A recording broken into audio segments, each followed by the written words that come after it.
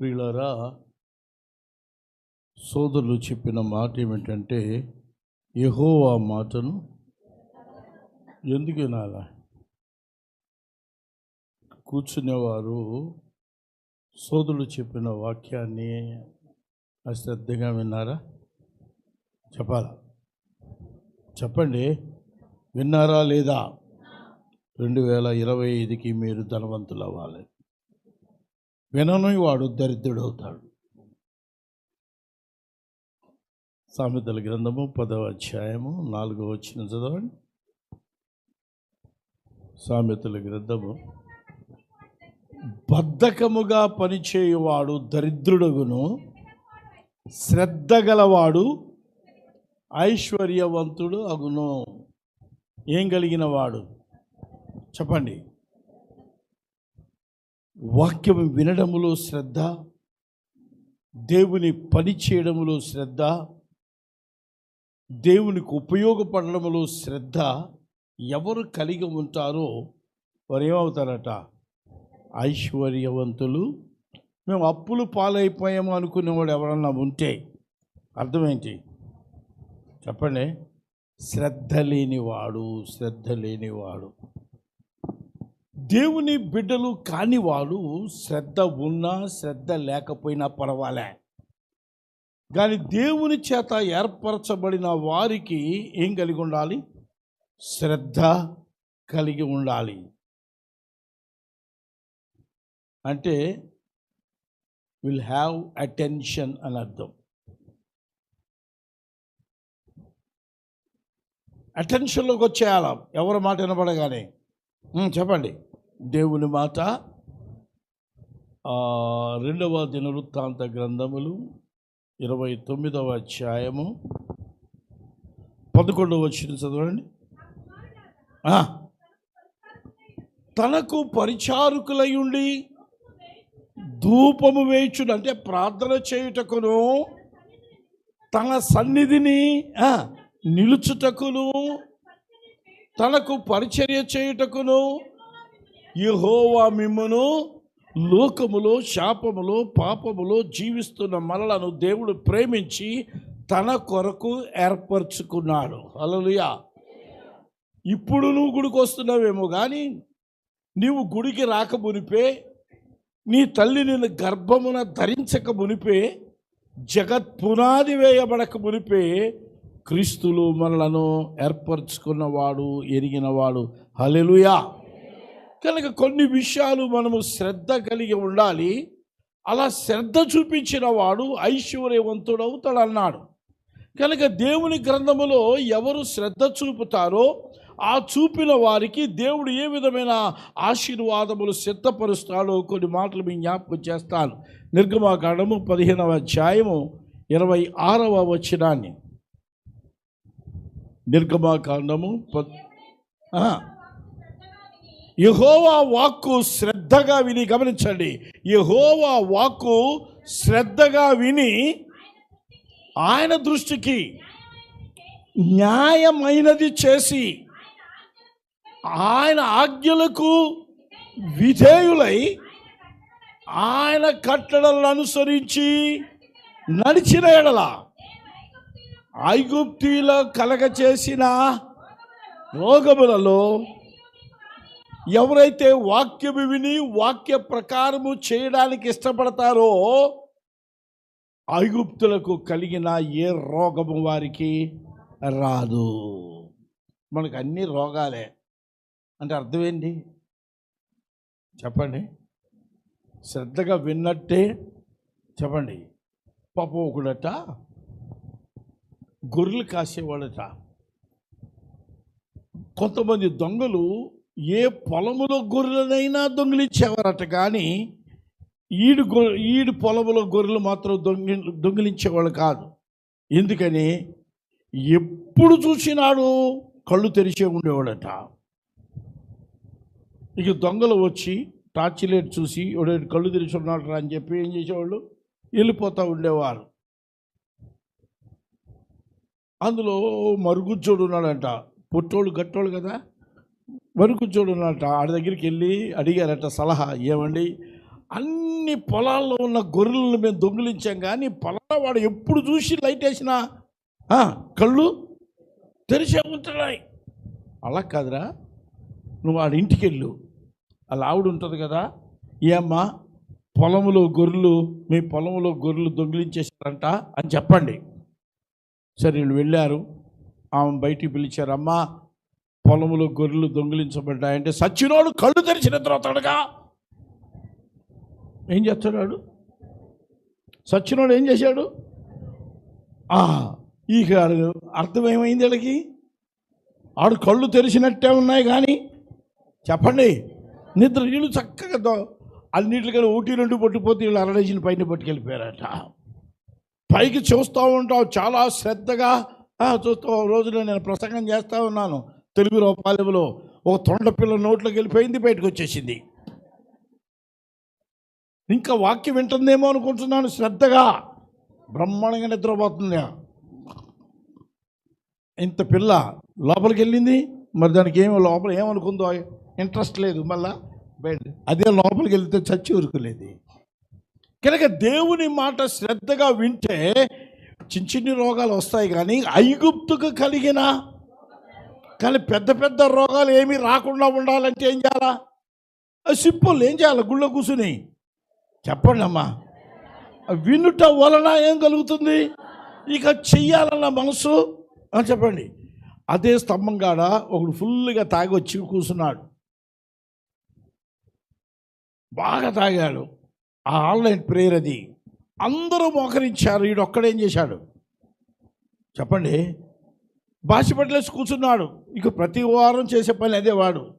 ఆ రోజు ఎందుకు వాడికి మోకరించాలనిపించింది, మోకరించాడు. అందరూ గొగ్గోలుగా పెట్టి ప్రార్థన చేస్తున్నారు. అప్పుడు ఒంట్లో శక్తి ఉంది, నడిపిస్తూ గంట పైన నడిపించేవాడిని నేను ఆన్లైన్ ప్రేయర్లో. 1 hour పైన ప్రార్థన నడిపిస్తే గొగ్గోలు పెట్టి ప్రార్థన చేస్తుంటే వీడు ఒక్కడేం చేస్తున్నాడు? ఏమీ ప్రార్థన చేయడం లేదు. అంతమంది ప్రార్థన చేస్తుంటే వాడికి చెయ్యాలన్నా మనసు వచ్చింది. ఏదో కొనుక్కుంటున్నాడు. యేసయ్య వచ్చి ఒక్క తన్ను తన్నాడంట, బొక్కబోర్ల పడ్డాడు. లేచేటప్పటికి నూతన వ్యక్తిగా మారిపోయాడు. ఆయన NPCH ప్రకాష్ గారు కానూరులో సేవ చేస్తూ ఉన్నాడు. కానీ నువ్వు శ్రద్ధగా వింటే ఏదో ఒక దినమున దేవుని కార్యము నీలో జరుగుతుంది. 19వ అధ్యాయం 5వ వచనం, నిర్గమకాండము 19 5వ వచనము. ఇందాక చదివా? కాగా మీరు నా మాట శ్రద్ధగా విని అనుసరించి నడిచిన యెడల సమస్త దేశ జనులలో నాకు స్వకీయ సంపాద్యమగుదురు. దేవుని మాట శ్రద్ధగా వింటే నువ్వు చేయకపో, చేసేది ఆయన. ఏం చెప్పండి? చేసేది ఆయన. నువ్వు ఆయన మాట వినడానికి నీ చూపిస్తే చాలు, దేవుడు కార్యం చేసినట్టే. లూదియా దేవుడు ఆమె హృదయము తెరిచెను గనక పౌలు మాటల యందు లక్ష్యముంచాను. దేవుని మాటలు శ్రద్ధగా వింటున్నావంటే పరిశుద్ధాత్మ కార్యం అది. సాతానుడు విననివ్వడు. వచ్చి కూర్చుంటావు కానీ ఏదో కాలక్షేపం, ఆదివారం వెళ్ళకపోతే ఏమైనా కీడొస్తుందేమో అనుకునే వాళ్ళ తప్ప దేవుని మాట ఏం మాట్లాడబోతున్నాడు దేవుడు, ఏం చేయబోతున్నాడు దేవుడు, ఏ కార్యము నా పట్ల చేయబోతున్నాడు అనే మనస్సు కలిగి యోగ్యులమని కాదు మనం వినడం. ఎటువంటి వారైనా సరే దేవుని వాక్యము వినడానికి శ్రద్ధ కలిగి ఉంటే ఆడ ఐశ్వర్యవంతుడు అవడం మాత్రమే కాదు, ఏ రోగము ఐగుప్తు కలిగిన ఏ రోగము రాకపోవడం మాత్రమే కాదు, దేవుని యొక్క స్వకీయ సంపాద్యం అవుతారు. నేరా 1 రాజుల గ్రంథము 11వ అధ్యాయము 28 11 తిరిగేశారు చూడండి.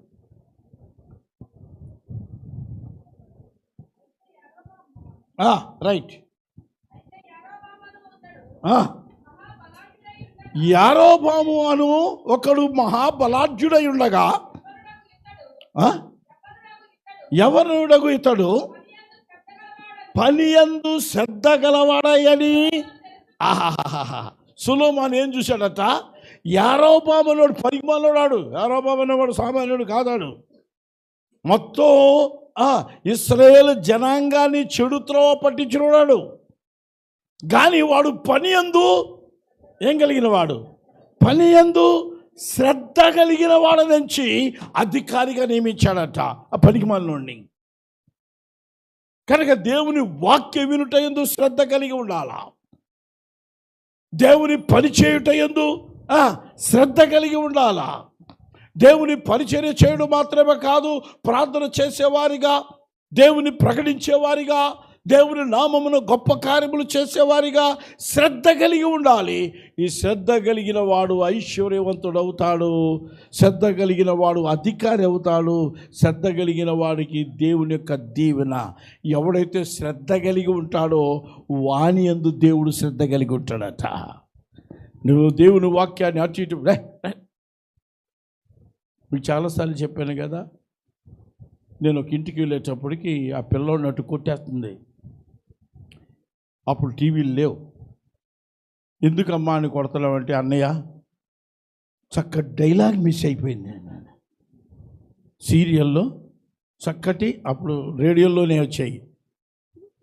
ఏంటంటాడు? అమ్మ ఐస్ ఫ్రూట్ వచ్చింది, అమ్మ ఐస్ ఫ్రూట్ వచ్చింది, అమ్మ ఐస్ ఫ్రూట్ వచ్చింది అంటున్నాడట. ఒరే ఐస్ ఫ్రూట్ లేదు, ఏమీ లేదు, పోరానే లోపలికి మిస్ అయిపోయింది.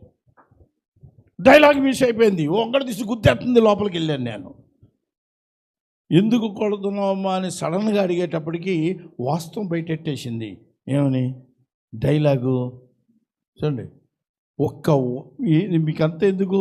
ఇక్కడ నిలబడి పలానా వాక్యము అని ఉతాడు చెప్పాడు. 28:1 అని ద్వితీయోపదేశ జ్ఞానంలో 28:1 అని ఆయన చెప్పాడు.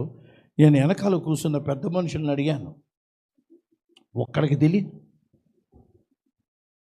లేనిపోయి చెప్పేశారు. ఇదేందే ఈ వాక్యం ఉందంటే ఇక్కడ అన్నాను. అది కాదులే అని తర్వాత ఎవరో చెప్తే, అంటే మిగతా వాళ్ళంతా ఏంటంట కూర్చున్నారు కదా కుర్చీల్లో, వినపడుతుంది కదా వాక్యం. ఏమి లేదు, శ్రద్ధ లేదు. శ్రద్ధ ఉంటే ప్రభు నీ యందు శ్రద్ధ నిలుపుతాడు. నా ప్రార్థన ఆయన వింటలేదు, నా ప్రార్థనకి జవాబు రావడం లేదు, నా పట్ల కార్యాలు లేనిపోయి పెట్టుకోకు. నీవు శ్రద్ధ చూపిస్తే ఆయన నీ పట్ల దీవించడానికి, ఆశీర్వదించడానికి, మేలు చేయడానికి శ్రద్ధ చూపిస్తాడు. దేవుడు మా ఎడల దయ చూపించలేదంటారు. వీడికి ఏముండదు? దయగల వారిపై దయ చూపించును, కఠినుడ ఎడల వికటము చూపును. దయగల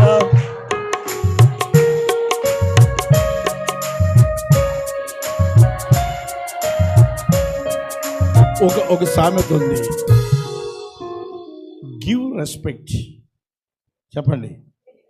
give shraddha, take shraddha. Give attention to the word of God. He will give attention towards you. నువ్వు శ్రద్ధ చూపించు, ఆయన శ్రద్ధ చూపిస్తాడు. లేదా మేము అశ్రద్ధ చూస్తాం, మా పని అశ్రద్ధలు. ఎవరు అంట పేరు శ్రద్ధే కానీ మేము ముందేం పెట్టుకున్నాం, పెట్టుకున్నాం అంతే. తేడా అంటే ప్రభు కూడా నీవు శ్రద్ధగా వెతికినను దొరకని దినాలు ఉన్నాయి. మనకి జాగ్రత్త పడదాం, శ్రద్ధగా విందామన్న వాక్యం విన్నాం. ప్రతి విషయంలో ఏం చేయాలా? శ్రద్ధ అంటే ప్రతి దానికి అటెన్షన్ పే చేయడం నేర్చుకోవాలా. అటు నడిచి వెళ్తున్నారు అనుకోండి, వీళ్ళు ముగ్గురు నడిచి వెళ్తున్నారు. ఎవరో ఒకరి గురించి దుర్గ సంగతి తెలుసా అన్నారు. వెళ్ళిపోయే దుర్గ ఆగిపోద్ది. అది అటెన్షన్. అటువంటి అటెన్షన్ వాక్యం పట్ల చేస్తే దేవుడు దీవిస్తాడు. పరిశుద్ధుడైన మా తండ్రి, దయగలిగిన మా రక్షక, నీ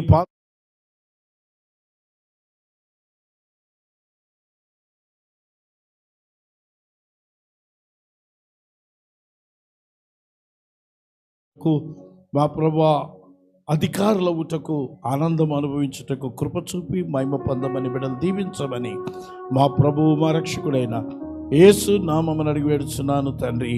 ఆమేన్. తండ్రి, కుమార, పరిశుద్ధాత్మ త్రియేక దేవుని సన్నిధి అయిన బిడలైన మనకి ఇప్పుడు ఎల్లప్పుడు సదాకాలము తోడయుండును గాక. ఆమేన్. కొన్ని ప్రకటనలు ఉన్నాయి, దయచేసి వినండి.